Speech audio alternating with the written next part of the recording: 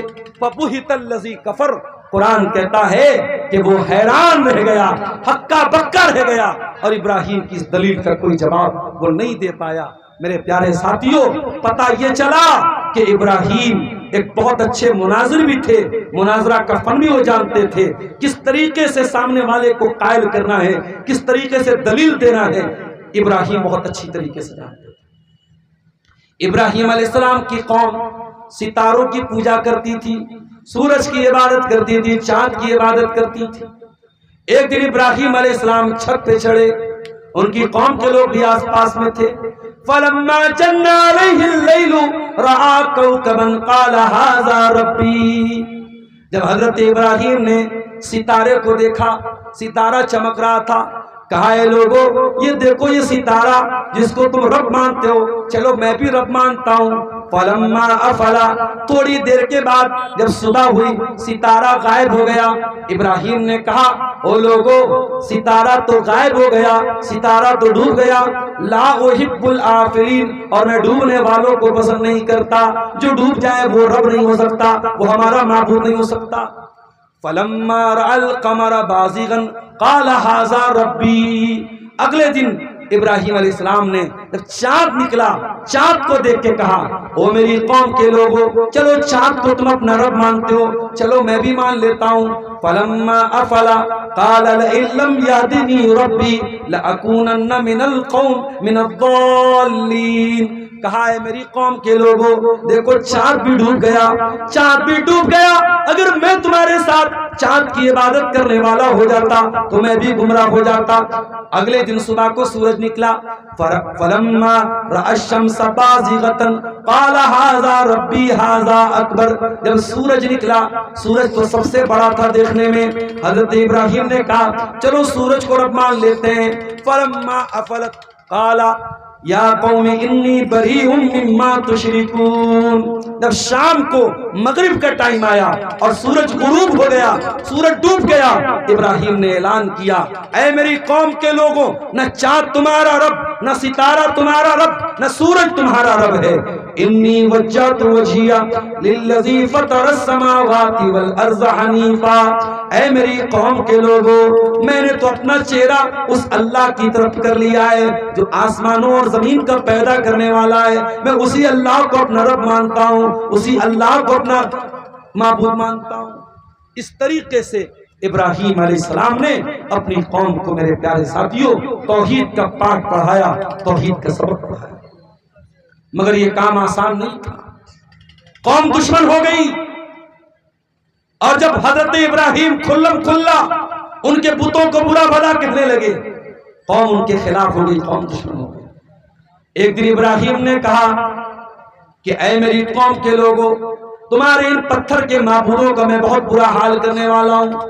ایک دن قوم کا کوئی تہوار تھا، کوئی میلے کا دن تھا، ساری قوم میلہ اور تہوار منانے چلی گئی۔ ابراہیم اپنی قوم کے بت کھانے میں آئے اور سارے بتوں کو توڑ دیا، بڑے والے کو چھوڑ کر کے۔ جب قوم کے لوگ میلے سے واپس آئے اپنی عبادت کرنے کے لیے تو دیکھا ہمارے سارے معبود تو ٹوٹے پڑے ہیں۔ قالوا من فعل هذا بآلهتنا، کس نے ہمارے معبودوں کے ساتھ یہ کام کیا ہے؟ انه لمن الظالمین، وہ بہت بڑا ظالم ہے۔ قالوا سمعنا فتى يذكرهم يقال له ابراہیم، تو قوم کے کچھ لوگوں نے کہا ایک نوجوان ہے جس کا نام ابراہیم ہے، وہی ان بتوں کے بارے میں برا بھلا کہتا ہے۔ پتہ یہ چلا کہ ابراہیم نے جب بتوں کو توڑا تھا اور اتنا بڑا رزق لیا تھا، وہ نوجوان تھے۔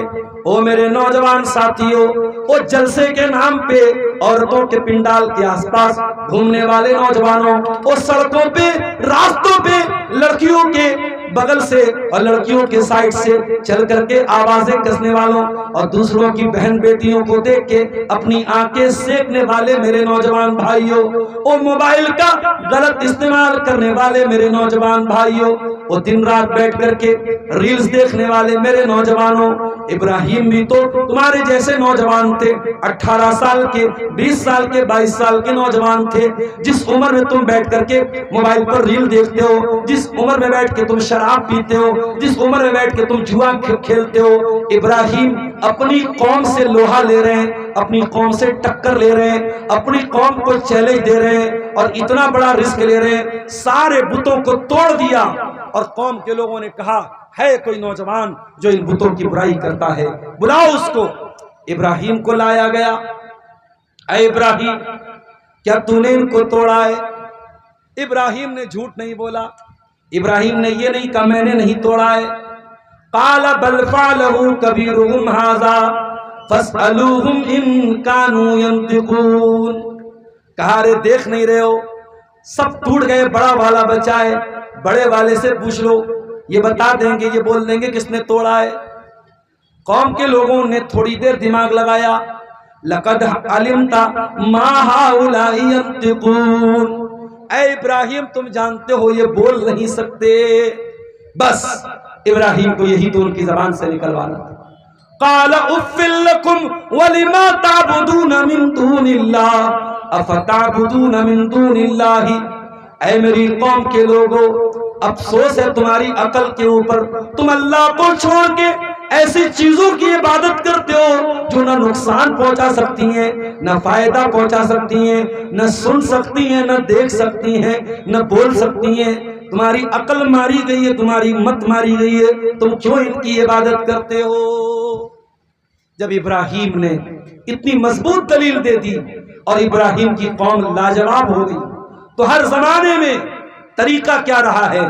جب باطل کے پاس دلیل کا جواب دلیل سے نہیں بچتا ہے تو باطل طاقت کا استعمال کرتا ہے. قالوا حرقوه وانصروا آلهتكم ان کنتم فاعلین. قوم کے لوگوں نے کہا ابراہیم کو جلا ڈالو، اس کو آگ میں ڈال دو، اپنے معبودوں کی مدد کرو. ابھی جاوید اختر صاحب کا ایک ویڈیو میرے سامنے آیا. جاوید اختر صاحب بڑے پڑھے لکھے ہیں، بڑے قابل آدمی ہیں، بالی ووڈ کے لیے گانے لکھتے ہیں، بڑے یعنی انٹلیکچوئل پرسن مانے جاتے ہیں. ان کا ایک ویڈیو میں نے دیکھا، بڑی بچکانہ بات انہوں نے کہی. کیا کہا کہ آپ اپنے گھر میں نوکر رکھتے ہیں تو سوچ سمجھ کے رکھتے ہیں، اپنی گاڑی کا ڈرائیور رکھتے ہیں تو سوال کرتے ہیں کیسی گاڑی چلاتے ہو، پہلے کہاں چلاتے تھے، کتنی سیلری لوگے. اپنے گھر میں کھانا پکانے والا باورچی رکھتے ہو، کوک رکھتے ہو، اس کی سیلری دینے کے پہلے سوال کرتے ہو. کہا وہ لوگوں بڑی عجیب بات ہے، باورچی رکھتے ہو تو سوال کرتے ہو، ڈرائیور رکھتے ہو تو سوال کرتے ہو، نوکر رکھتے ہو تو سوال کرتے ہو، اور گاڈ کو ایسے ہی مان لیتے ہو، گاڈ کو ایسے ہی رکھ لیتے ہو، گاڈ کے بارے میں کوئی سوال نہیں کرتے. اب ذرا سوچئے کہ بھانمتی کا کنبا جوڑا، کہاں کی اینٹ کہاں کا روڑا. جاوید اختر صاحب اللہ کو کس سے جوڑ رہے ہیں؟ نوکر سے جوڑ رہے ہیں، ڈرائیور سے جوڑ رہے ہیں، کوک سے جوڑ رہے ہیں. ہم جاوید اختر صاحب سے کہنا چاہیں گے جاوید صاحب آپ کی مثال صحیح نہیں ہے. ڈرائیور کو ہم سیلری دیتے ہیں، باورچی کو ہم سیلری دیتے ہیں، نوکر کو ہم تنخواہ دیتے ہیں، اور اللہ تو وہ ہے جس نے ہم کو پیدا کیا. ہم اپنی ماں کے پیٹ میں تھے، 9 مہینے اپنی ماں کے پیٹ میں تھے، دنیا ہمارا نام بھی نہیں جانتی تھی. ہم تو ماں کے پیٹ میں تھے، ہمارا چہرہ بھی کسی نے نہیں دیکھا تھا. دنیا میں آئے تو کوئی سیلفی لے رہا ہے، کوئی ویڈیو بنا رہا ہے، کوئی فوٹو لے رہا ہے. جاوید اختر صاحب جب اپنی ماں کے پیٹ میں تھے، وہاں کون سی ذات ہے جو ماں کے پیٹ میں ہمیں آکسیجن پہنچا رہی تھی، ہمیں کھلا رہی تھی، ہمیں پلا رہی تھی، ہمارا دل بنا رہی تھی، ہمارا دماغ بنا رہی تھی. ہم کو 9 مہینے ماں کے پیٹ میں ایک کمپلیٹ انسان بنانے والا کون ہے؟ وہی تو گاڈ ہے، جس کو آپ گاڈ کہتے ہیں اور جس کو ہم اللہ کہتے ہیں. وہ اللہ ہے جاوید اختر صاحب. اللہ کو ہم نے نہیں رکھا، اللہ ہم کو رکھتا ہے. ارے اللہ اگر چاہے ابھی بنارس میں صبح مدرسے میں پڑھا رہا تھا، ایک ہمارے محلے کے قریب سے ایک خبر آئی، 2 لڑکے بائک سے جا رہے تھے اور ایک تیز رفتار کی ایمبولینس آئی اور بائک کو لڑاتے ہوئے، اور بائک پر 2 لوگ سوار تھے، ایک کو کچلتے ہوئے چلی گئی، ایک کا آن اسپاٹ انتقال ہو گیا، ایک بیچارہ بھی ہاسپٹل میں آخری سانسیں لے رہا ہے. ارے اللہ تو وہ ہے جو پل بھر میں ہمارے دل کی دھڑکن کو روک سکتا ہے، پل بھر میں ہمیں موت دے سکتا ہے. اللہ وہ ہے جو ذرا سی آکسیجن کو روک لے، ہمیں آکسیجن کا سلنڈر لینا پڑتا ہے. اللہ وہ ہے جو دل کو ذرا سا دھڑکنا روک دے تو ہارٹ اٹیک آ جاتا ہے. اللہ وہ ہے جو دماغ کا کوئی تار اگر چھوڑ دے تو ہم پاگل ہو جاتے ہیں. جاوید اختر صاحب اللہ وہ ہے جو ہمیں جلاتا ہے اور مارتا ہے. اللہ کو آپ ڈرائیور اور کوک کے ساتھ اس کی مثال نہیں دے سکتے ہیں. ابراہیم علیہ السلام نے اپنی قوم کو سمجھایا کہ اے میری قوم کے لوگوں، مت عبادت کرو پتھر کے بتوں کی جو تمہیں فائدہ نہیں پہنچا سکتے، نقصان نہیں پہنچا سکتے، نہ دیکھ سکتے ہیں نہ سن سکتے ہیں. قوم کے لوگوں نے کہا جلا ڈالو ابراہیم. اکیلے ابراہیم کو جلانے کے لیے بہت بڑی آگ جلائی گئی. میرے پیارے ساتھیوں، ایک آدمی کو جلانے کے لیے کتنی آگ چاہیے ہوتی ہے، مگر ابراہیم کو جلانے کے لیے اتنی بڑی آگ جلائی گئی. پورا گاؤں جلایا جا سکتا تھا، پورا قبیلہ جلایا جا سکتا تھا. اور جب آگ جلائی گئی، عورتیں آ کر کے لکڑیاں دیتی تھی. کسی عورت کا بچہ بیمار ہو جاتا تھا، کہتی تھی اگر میرا بچہ ٹھیک ہو جائے گا میں ابراہیم کی آگ میں اتنی لکڑیاں دوں گی. بہت خطرناک آگ جلائی گئی. اور جب آگ میں ڈالنے کا نمبر آیا ابراہیم کو، ابراہیم کا کرتا اتار دیا گیا، ابراہیم کے بدن سے کپڑا اتار دیا گیا اور ان کو برہنہ کر کے اور ننگا کر کے آگ میں ڈالا گیا تاکہ آگ جلدی سے ان کے بدن کو جلا ڈالے. ابراہیم کو آگ میں ڈالا جا رہا ہے. ابراہیم کی پیشانی پر کوئی بل نہیں ہے، ابراہیم کے چہرے پر کوئی گھبراہٹ نہیں ہے، کوئی رونا دھونا نہیں ہے، کوئی شکایت نہیں ہے۔ جب ابراہیم کو آگ میں ڈالا گیا، ابراہیم کی زبان پر ایک ہی جملہ تھا، حسبی اللہ حسبی اللہ و نعم الوکیل، میرا اللہ میرے لیے کل بھی کافی تھا، آج بھی کافی ہے، میرا اللہ کل بھی میری بگڑی بناتا تھا، آج بھی میری بگڑی بنائے گا، میرا اللہ کل بھی میرا مددگار تھا، آج بھی میرا مددگار ہے۔ یہ کہہ کر کے ابراہیم کو آگ میں ڈال دیا گیا۔ اللہ اگر چاہتا بارش نازل کر دیتا، آگ بجھ جاتی۔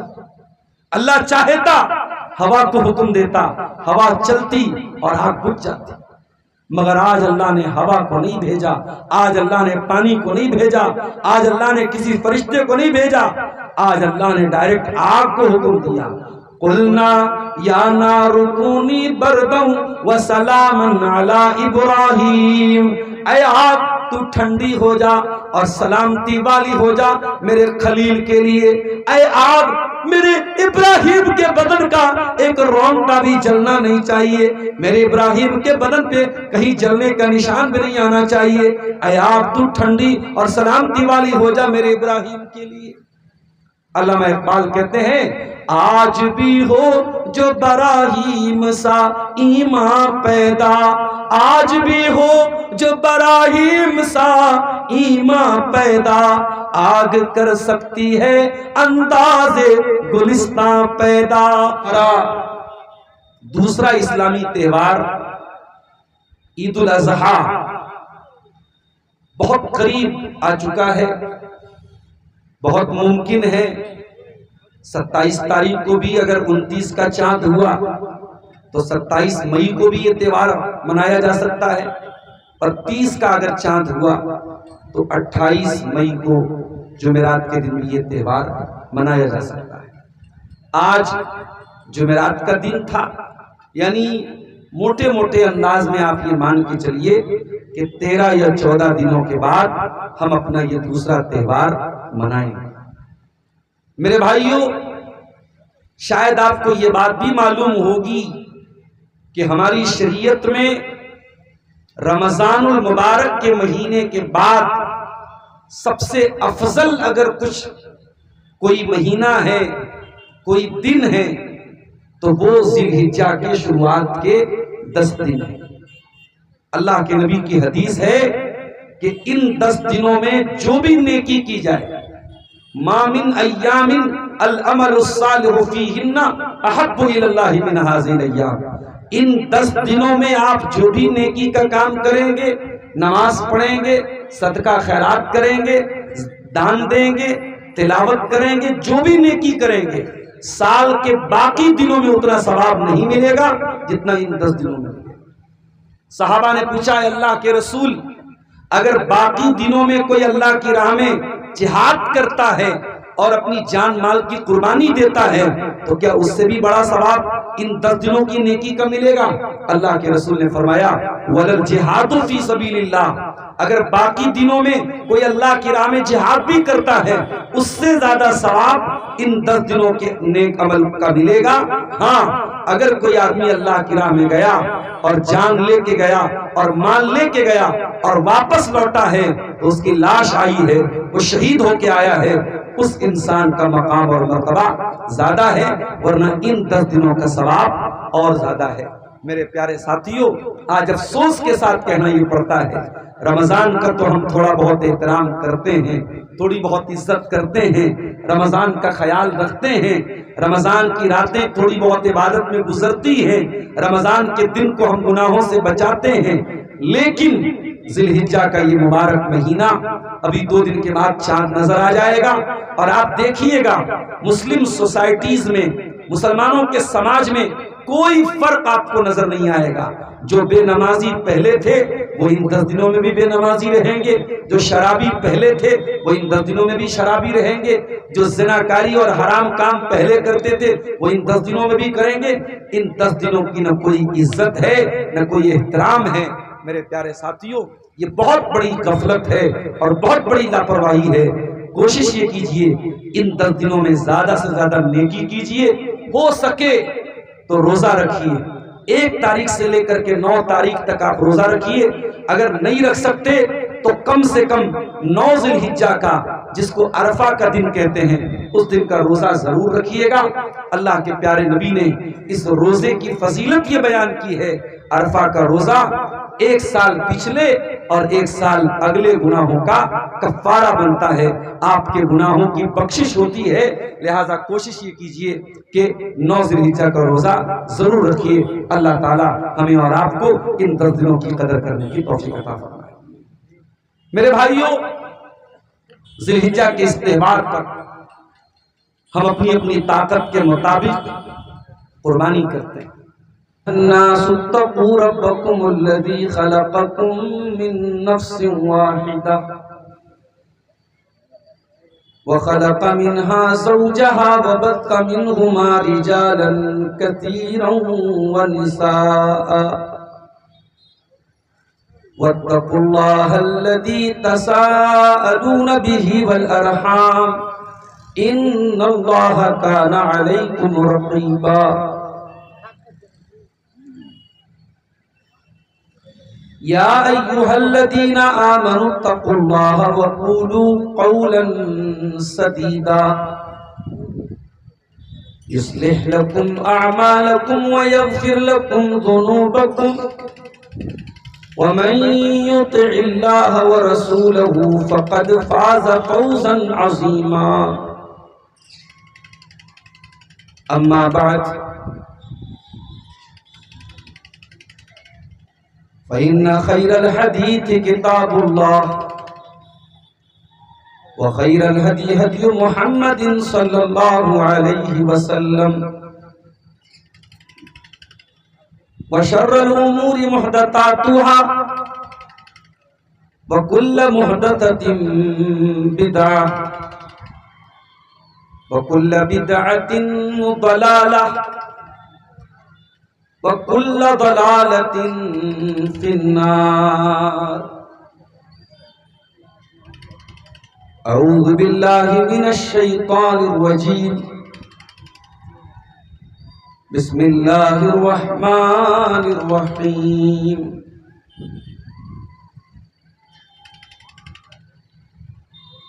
إن إبراهيم كان أمة قانتا لله حنيفا ولم يك من المشركين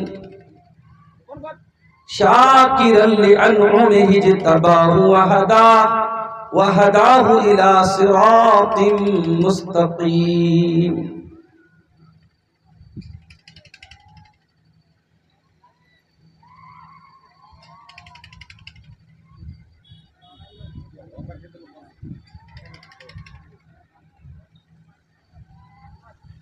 ادھر بولا کہ بیٹا آج میں نے خواب دیکھا ہے،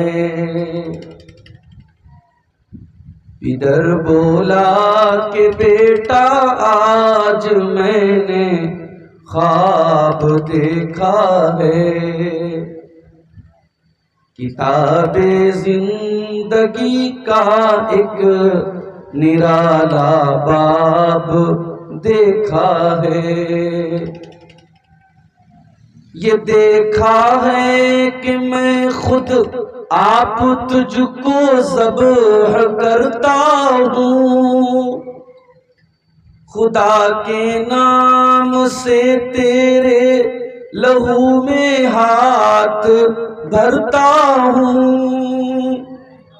سعادت مند بیٹا جھک گیا فرمانے باری پر، زمین و آسماں حیران تھے اس طاعت گزاری پر، رضا جوئی کی یہ صورت نظر آئی نہ تھی اب تک، یہ جرأت پیش تر انسان دکھلائی نہ تھی اب تک، عجب بشاش تھے دونوں رضائے رب عزت پر، تأمل یا تذبذب کچھ نہ تھا دونوں کی صورت پر،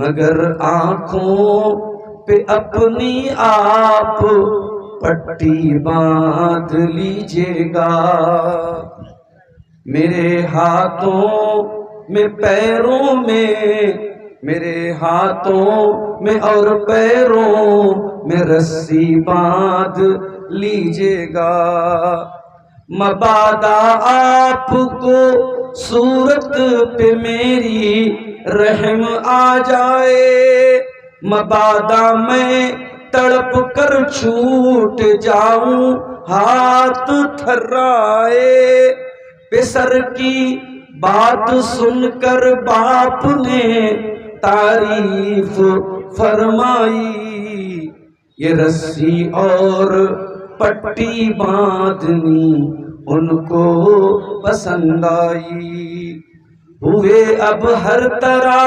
تیار دونوں باپ اور بیٹا، چھری اس نے سنبھالی، چھری اس نے سنبھالی تو یہ جھٹ قدموں میں آ لیٹا، پچھاڑا اور گھٹنا سینے معصوم پہ رکھا، چھری پتھر پہ رگڑی ہاتھ کو حلقوم پہ رکھا، زمیں سہمی پڑی تھی آسماں ساکن تھا بیچارہ، نہ اس سے پیش تر دیکھا تھا یہ حیرت کا نظارہ، پدر تھا مطمئن بیٹے کی، پدر تھا مطمئن بیٹے کے چہرے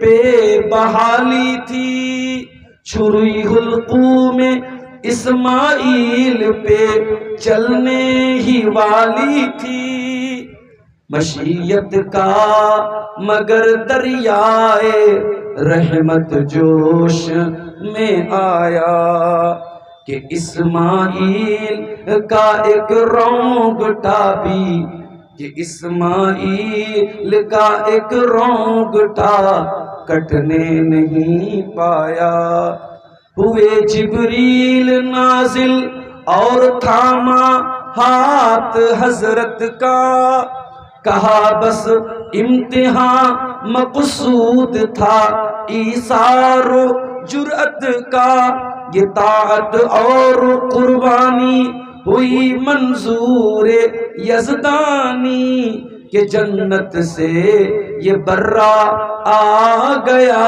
ہے بہر قربانی۔